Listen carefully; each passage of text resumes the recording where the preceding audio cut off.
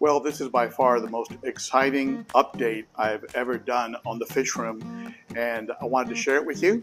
Let's go ahead and take a look at what's going on and look at all the tanks in the process. So here's a full fish room walkthrough, every tank, every fish, and an update on what's going on with that Monster 300. Some exciting news. I'm pumped. Let's get right into it.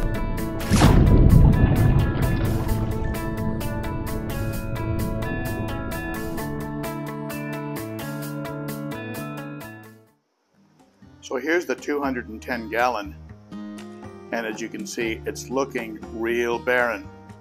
Everything was taken out of it, all the plants, all the rocks. I even removed the FX6 that was under here. It is gone. I also took a bag of crushed coral that was here in the base of this sump below the socks. That was removed as well as part of transferring the fish over to the new 300 gallon. I've transferred about 5 of them,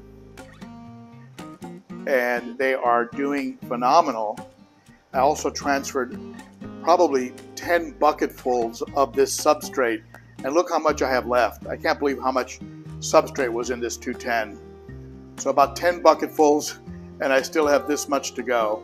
I'm hoping to continue transferring as I transfer fish, so I'll be bringing over more beneficial bacteria and fish at the same time.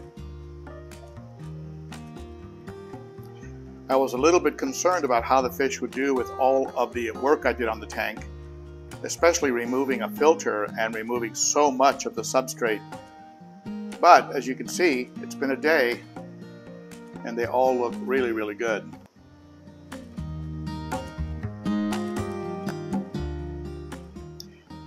I also transferred about half the water in this tank over to the 300 gallon.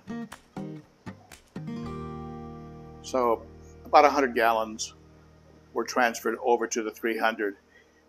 You can see the bag of crushed coral that I brought over from the 210 sitting right there underneath that ginormous 7-inch sock that is on the sump under the 300.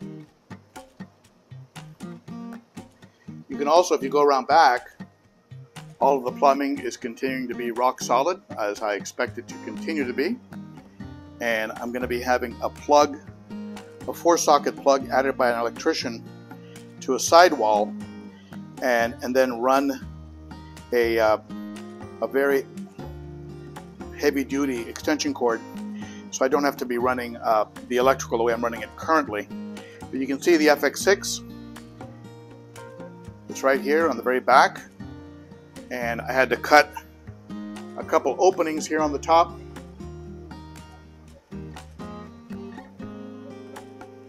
So on each side of the overflow box, you have an input-output, and then of course you have these, the actual Synergy plumbing. I'm going to be attaching it with these, and this will give it a real firm hold onto the stand, and at the same time help to support the pipes. So I'm going to be attaching those shortly. So that's another step remaining that needs to be done. So the FX6, of course, together with the substrate, brought over a tremendous amount of beneficial bacteria.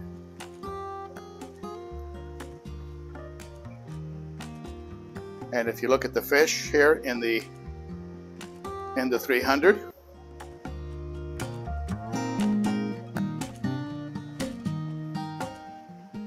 they're looking pretty happy.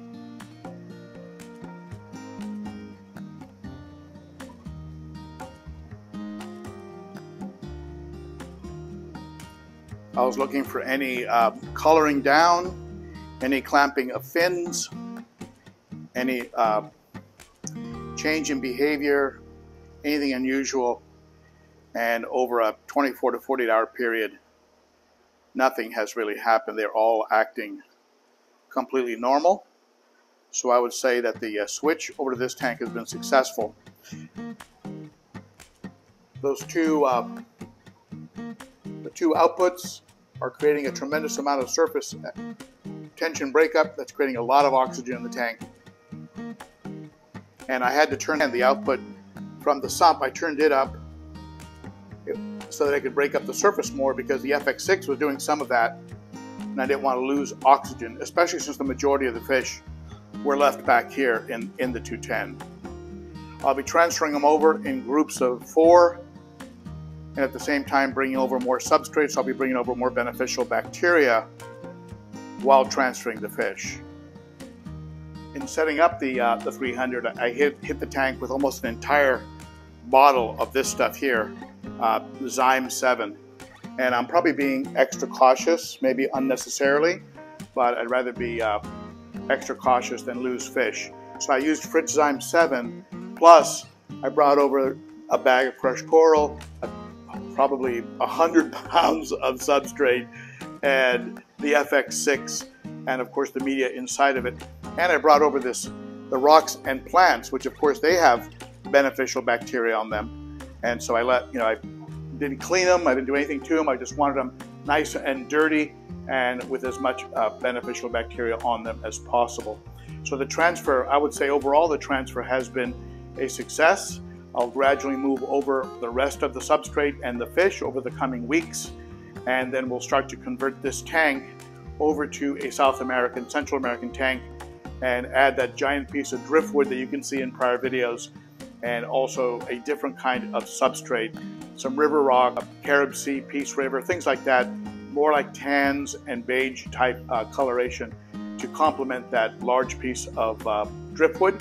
And then I'm going to pick up some real big rocks from a local quarry that I visited on a prior video, and those will help to keep that big piece of driftwood down, because I know it's going to try and float for a while. It's so large, I really have nothing I can float it in, so it's going to have to be held down with rocks in the meantime. So exciting times. Let's take a look at the other tanks real quick. The little Pleco grow out tank is doing well. If you look real close, you'll see him playing. There's a big bushy nose that lives inside. There's a little guy right there. Look at that one. There's a little, there's a medium-sized bushy nose that lives inside the log. That's Big Mama. Another one right there. Some of them look like snowballs. There's a couple albinos. So we got a little bit of everything going on in here, and they all seem to be thriving. When I drop wafers in there, they go crazy. They feed mostly at night, as you probably know. They go inside that log, which is hollow. Has 2 entrances, one from the top and one from the bottom. So they're living like in a condo. Little rummy nose are looking cute. They're going to be moved over to the 29, so we'll have a total of 5 rummy nose in there. Love the way they look. Love the way they school. There is a Pleco in here who is behind the heater. You can see just part of his fin there, but he's behind that heater. There's a Pleco there. I put a little Pleco cave. He doesn't seem to have any interest in it. He hides either behind the heater or underneath this piece of driftwood that I found at a local lake. And I also have a keyhole in here. Very, very shy. Hanging out right there. He's probably going to go on into the 29 gallon. Just because he's just that docile. There's that Shisei 500, doing a great job.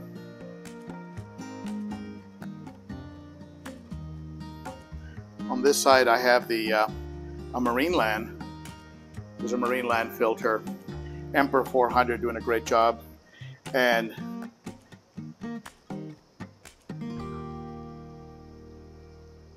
there he is.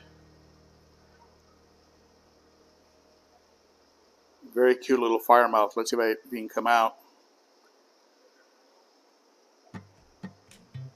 Very shy, but a very, very good looking fire mouth. Right next to it, we've got the another 55. Green tear is looking great.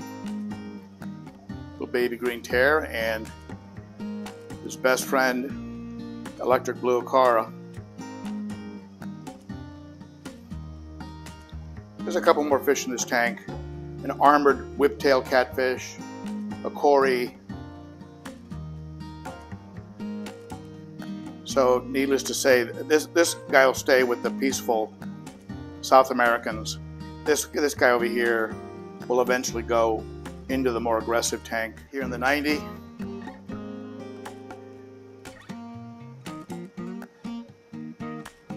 Everybody's looking good. JC&P, Salvini, a couple chocolates. So they took a couple hits, probably from the Salvini or the Nicaraguas. Surimanensis, two Surimanensis in here. Big, beautiful vieja.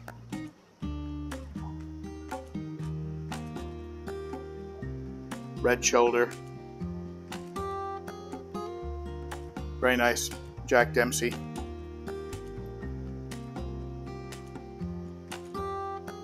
Love the colors on that Nicaragua. Female. And a female Salvini. If we go around this tank, I'm going to create a stand so I can move the 29 out from behind the 90. But you can see the 29 gallon is rocking. Those lemons are getting really, really lemon colored. Red Serpe.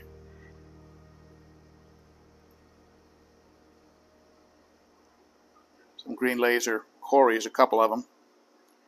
I'm going to bring the other cory cat in here. I think they'll do better than 3. Probably 5 would be even a more ideal amount. They're the rummy noses. About to get another couple friends. Here comes Mr. Mustard.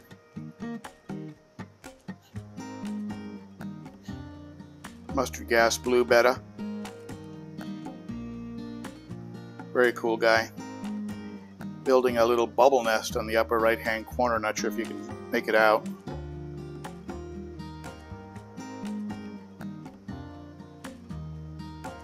And then of course we got this little 8 gallon that continues to be a home of a lot of green algae.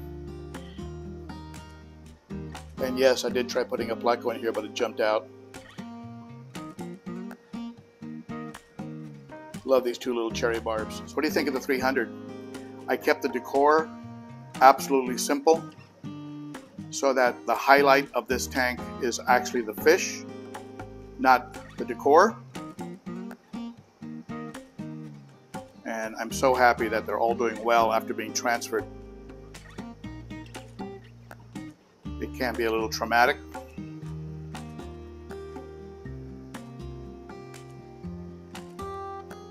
I'll probably pull out this plant and rearrange those rocks. So we'll just have a little rock pile here and then one rock on the other side over here. And then that'll be it. We'll just have all this free swim space. A little bit down the road. I still have to transfer a lot of this substrate over and of course get the rest of the fish over into the 300. And then I hope to be able to add a Fusco, a Buccochromis notitania, and a few other choice cichlids. Add those to the mix, and I think that'll be fine. That'll be plenty. So share your comments below on the project. Ask me any questions you have, especially if you're in the middle of transferring some fish. I can go ahead and definitely give you some tips, having just gone through it, having had the anxiety that comes with it, and then getting the great result.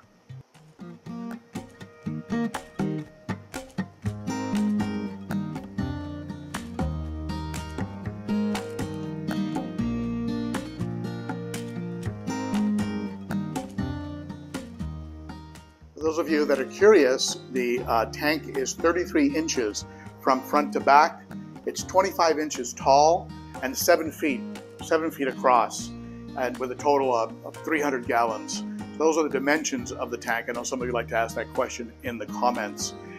Any advice you have, of course, I do listen. I do read your comments. Share them below. I'd love to hear them. And that's pretty much it for the update. Hope you enjoyed it. If you haven't subscribed already, please consider doing so. Helps the channel out a lot. Let's get it up over 50,000. Big shout out to the channel sponsor, the Cichlid Shack, for their assistance in this project.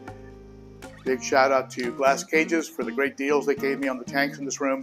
And also a shout out to Aquarium Co-op, Shisei for a great deal on the pumps, to Higer and JC&P for the lights, and also to Aqua and Higer for what's going to be used for the heating of the aquarium when I put the heaters on. So those will be being run through a controller. Also a very big shout out to you, all of you who watch my videos and who give me the ongoing encouragement and support to do these projects. And also, of course, a big hug and shout out to the Garage Gang, those founding Patreon members who have committed to a monthly support of the channel. And if you don't know about the Patreon monthly support program, check it out in the description under the video. It's a great way to support the channel. It's charged for as little as $3 a month. So that's it for me. Thank you so much. I hope to see you on Saturday at the Cichlids and Coffee live stream. That's Saturday at 11 a.m. Central. Great group of fish keepers. We get together and discuss everything related to fish keeping. And hopefully by this coming Saturday, I'll have another big group of fish transferred over. And maybe we can use this tank as the backdrop in the live stream. That would be kind of cool. Check out the entire journey of this fish room by checking out this playlist. I'll post it up here. And then for tips on fish keeping, I'll post another playlist down here at the bottom. And that's it for me. Thank you, my friends. Bye-bye.